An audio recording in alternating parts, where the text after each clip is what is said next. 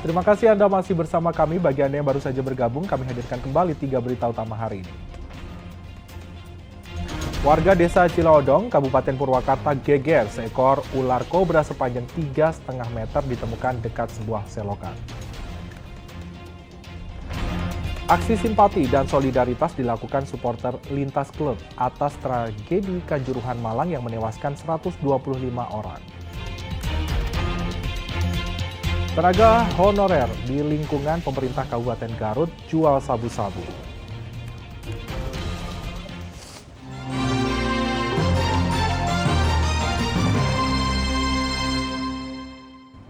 Ular jenis king cobra berukuran besar sepanjang 3,5 meter hampir masuk ke rumah warga di Purwakarta. Petugas damkar dan warga berupaya mengeluarkan ular king cobra yang bersembunyi di selokan. Menggunakan alat pengait dan tongkat penjepit, petugas damkar Purwakarta berhati-hati mendekati ular king cobra di dalam selokan. Setelah mendapatkan ekor ular, petugas menarik seluruh tubuh ular yang panjangnya mencapai 3,5 meter itu keluar dari tempat persembunyiannya. Lalu ular bersisik hitam tersebut dibawa petugas ke markas damkar Purwakarta. Petugas pemadam kebakaran datang setelah warga desa Cilegong, Kabupaten Purwakarta melaporkan penemuan ular king cobra. Warga resah karena ular king cobra sepanjang 3,5 meter itu hampir masuk ke salah satu rumah warga. Namun, saat dihampiri, ular yang termasuk jenis ular mematikan itu kabur dan bersembunyi ke dalam selokan.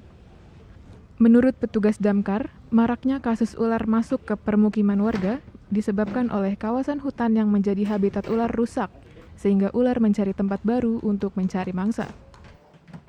Kesulitannya kebetulan si posisi king cobra ini ada di dalam gorong-gorong yang tidak terjangkau. Ukuran king cobra ini udah termasuk golongan jumbo 3,5 meter.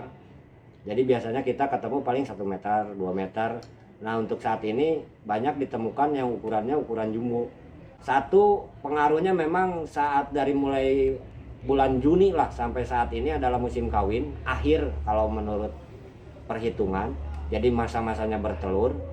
Kemudian ya itu tadi habitatnya yang terganggu karena ada proyek kereta cepat mungkin. Ada pembabatan hutan yang tadinya mungkin tidak masuk orang, sekarang banyak orang. Ular king cobra berukuran jumbo ini nantinya akan diserahkan ke Balai Konservasi Sumber Daya Alam BKSDA Purwakarta. Zainal Arifin melaporkan dari Purwakarta. Masuk ke dalam rumah warga, seekor biawak sepanjang 1 meter ditangkap petugas damkar Kota Bogor. Ini dong. Tak butuh waktu lama bagi petugas tim rescue damkar Kota Bogor untuk bisa menangkap seekor biawak sepanjang 1 meter di bagian belakang salah satu rumah warga di Jalan Bantar Jati, Kota Bogor, Senin lalu. Biawak ini sudah terkurung selama 1 minggu di rumah tersebut. Kesulitan tidak ada, dikarenakan mungkin sudah terjebak selama 1 minggu dan baru diketahui oleh sang pemilik rumah. Jadi untuk tenaga tidak begitu power untuk hewan tersebut. Menurut pemilik rumah, biawak masuk melalui atap rumah yang di belakangnya terdapat kolam pemancingan. Ia akhirnya memanggil petugas damkar karena tidak ada warga sekitar yang berani menangkap biawak tersebut. Kan suka rumahnya suka banjir, terus pas beres-beres teh atap teh bolong, jatuh kipasnya, kipas eksos. Pas dilihat ternyata lagi ada biawak ngumpet di kolong. Kan takut ya, digiring lah ke dapur yang paling belakang tadi. Giring ke dapur belakang udah dikunci, takut. Berarti ini baru dikabarinnya ke damkar baru hari ini? Iya. Kenapa Bu baru seminggu udah? Kemarin minta tolong dulu, siapa tahu ada yang mau atau ada yang berani ya. Ternyata pas dilihat segede gini nggak ada yang berani, pada takut. Setelah berhasil ditangkap, petugas membawa biawak muara ke kantor damkar untuk dilepas liarkan kembali ke habitatnya. Iwan Kurniawan melaporkan dari Kota Bogor. Ya, cuaca buruk yang melanda pantai utara Jawa membuat sejumlah kapal penangkap ikan di Muara Ciasem memilih tak melaut. Tak ada penghasilan, sejumlah awak kapal ikan memilih pulang kampung. Sejumlah kapal penangkap ikan berukuran besar ini hanya bersandar di Muara Ciasem, Kecamatan Blanakan, Kabupaten Subang. Kapal tak melaut akibat cuaca buruk yang tidak menentu. Kondisi ini juga diperparah dengan kenaikan harga solar subsidi yang menyebabkan biaya melaut semakin mahal. Akibat terlalu banyak menganggur, para nelayan pun tak mendapatkan penghasilan. Sedangkan pengeluaran mereka untuk kebutuhan sehari-hari tak bisa menunggu. Akhirnya, sejumlah nelayan memutuskan untuk kembali ke kampung halaman mereka di wilayah Cirebon. Para nelayan akan kembali melaut saat cuaca membaik dan menunggu panggilan dari pemilik kapal. Cuacanya lagi buruk, mau pulang kampung dulu. Terus kenapa pulang kampung? Ya dalam keadaannya penghasilannya tidak mencukupkan. Karena itu ya. Keadaan solar kan tahu sendiri sekarang lagi naik. Terus di laut cuaca gimana? Di laut cuaca lagi ombak sekarang. Nah ini kalau memaksakan itu gimana penghasilan bang?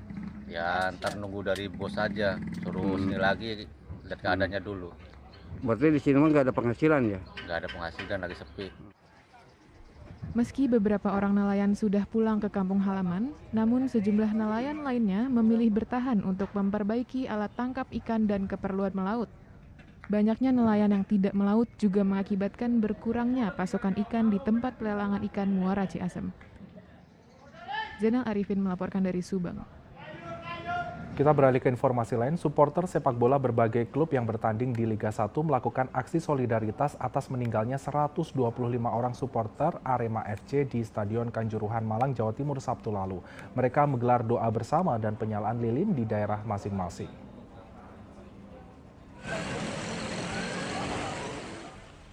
Gabungan ratusan supporter Persib, Persija, Arema, dan Persebaya menyalakan 1000 lilin dan berdoa bersama bagi para korban supporter Arema FC yang tewas di Stadion Kanjuruhan Sabtu lalu.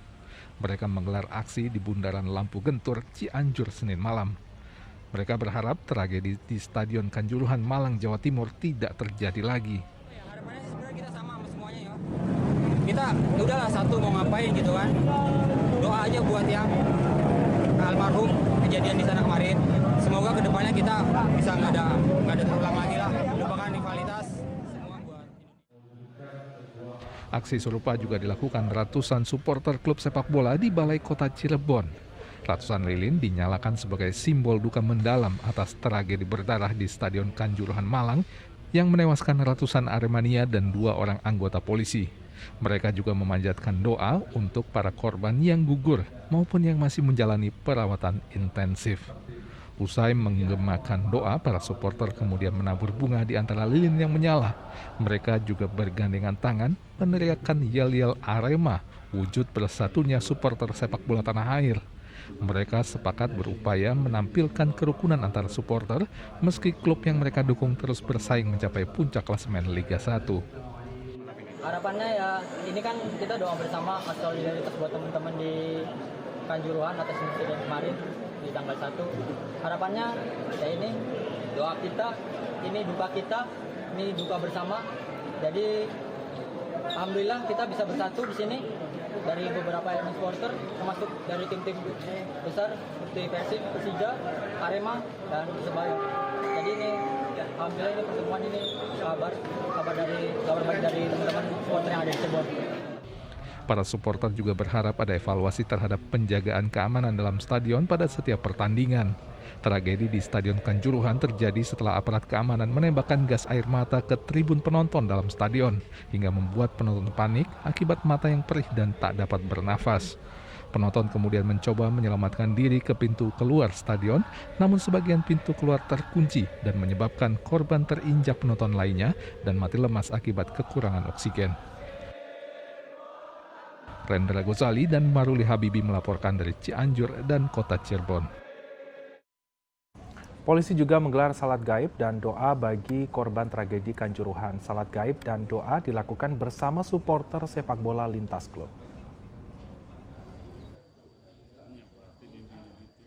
Duka akibat tragedi Kanjuruhan Malang juga dirasakan anggota Polres Tasikmalaya. Senin siang, usai salat zuhur, puluhan anggota polisi melaksanakan salat gaib di Masjid Polres Tasikmalaya. Kita khususkan untuk mereka yang kemarin terkena musibah ya, ketika lagi main bola ada musibah, kita doakan jangan meninggal, terutamanya khususnya buat umumnya buat mereka semuanya Mudah-mudahan mereka ketika kita melaksanakan sholat mendoakan mereka semuanya, sehingga mereka dapatkan keberkahan oleh Allah Subhanahu wa taala, tempatkan tempat paling mulia di sisi Allah Subhanahu wa taala, meninggal dalam keadaan husnul khotimah. Di Garut, ratusan supporter, murid sekolah sepak bola bersama pengurus PSSI dan polisi menggelar doa bersama untuk para korban yang meninggal di Stadion Kanjuruhan Malang. Doa bersama digelar di lapangan olahraga Kerkhof Tarogong Kidul, Garut.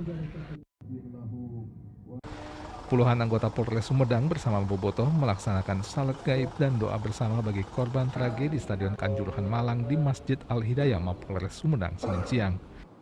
Kita berharap dengan adanya kejadian ini semoga tidak terulang kembali. Yang kami juga turut berduka dan mendoakan bagi saudara-saudara kita yang ada korban, baik itu yang meninggal dunia, semoga husnul khotimah, kemudian terima segala amal ibadahnya, kemudian bagi saudara-saudara kita juga yang luka, mudah-mudahan mendapatkan kesembuhan. Bobotoh meminta semua pihak mengevaluasi diri agar jatuhnya korban jiwa saat pertandingan sepak bola tidak terulang lagi.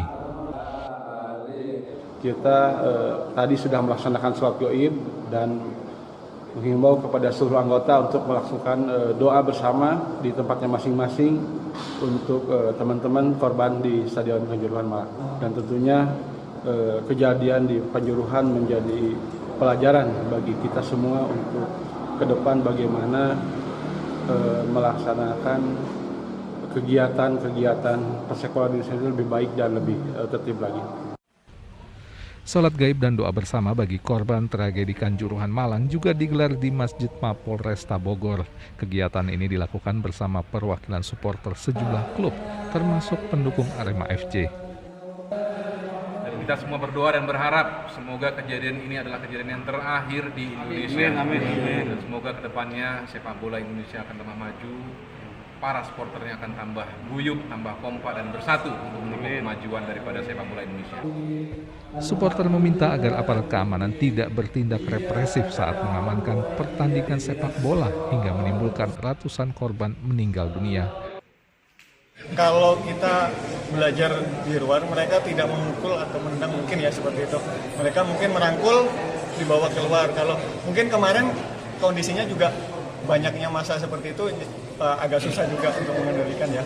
Mungkin seperti itu ya, yang tidak bisa tidak tahu di lapangan mungkin agak susah menjelaskan.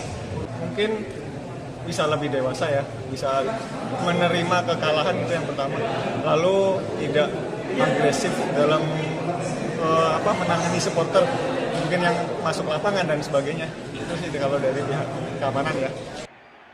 Dalam kasus tragedi Kanjuruhan yang disebabkan tembakan gas air mata oleh aparat keamanan kepada penonton di tribun stadion, Kapolri telah mencopot Kapolres Malang dan tim Mabes Polri tengah memeriksa 18 orang anggota polisi yang diduga bertanggung jawab dalam penembakan gas air mata di Stadion Kanjuruhan. Tim Liputan melaporkan.